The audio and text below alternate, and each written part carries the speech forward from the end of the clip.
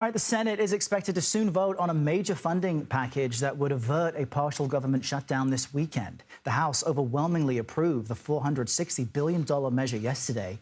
It provides funding for the Departments of Agriculture, Commerce, Justice, and several other agencies and federal programs through September. Now, if the bill doesn't pass, a partial shutdown would begin after midnight tomorrow. The full government shutdown deadline is 2 weeks later. CBS News Congressional correspondent Nikole Killion has been following all of this from Capitol Hill. Joins us now with an update. Nikole, this was a major passage in the House. I think the vote was 339 to 85 yesterday.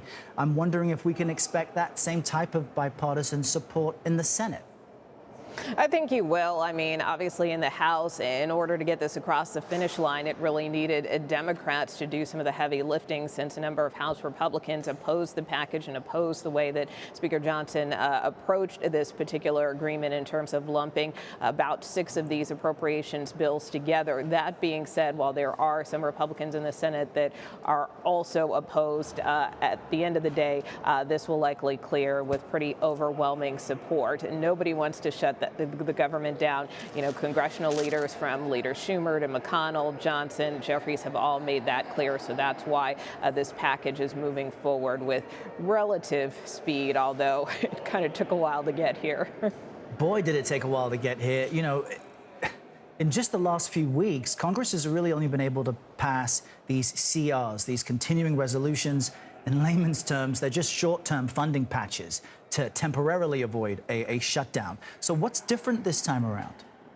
Well, this was the end game. At the end of the day, Congress is required to pass appropriations bills. There are 12 of them that they have to pass every year to fund the government in its entirety through a fiscal year. Well, that hasn't happened for some time. That's why we continue to have these threats of government shutdowns constantly hanging over us here on Capitol Hill, because there have been several, as you mentioned, of these temporary funding patches. I believe there have been up to 4 this cycle alone to try to get through fiscal year 24. So basically, this was work that Congress has been working on, trying to get agreement around some of these appropriations bills. Again, in this tranche of funding, you have 6 appropriations bills that are moving forward to fund various agencies, as you alluded to, like the Department of Agriculture, Housing, Transportation, Justice, Commerce.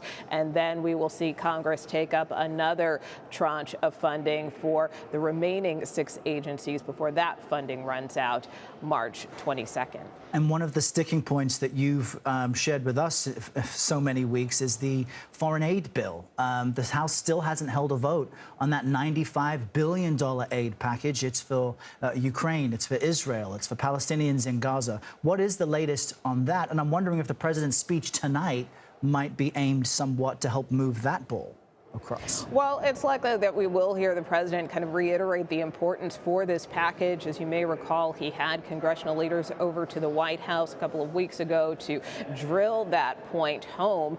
So he will likely continue that drumbeat tonight. Whether or not it moves the needle in the House remains to be seen, because up until now, Speaker Johnson has not been committal about bringing that bill to the floor. He still insists that there has to be some kind of border security component to that. But as you know, that was part of this package originally when it started in the Senate, and it was Republicans who opposed that, and as a result, those border provisions were stripped out. So there is an alternative bipartisan proposal that's starting to circulate in the House. Whether or not that advances remains to be seen, but the White House continues to warn, particularly for Ukraine, that funding is running short, equipment, military supplies are running short, and so that funding needs to be approved as soon as possible. All right, Nikole Killian, thank you very much.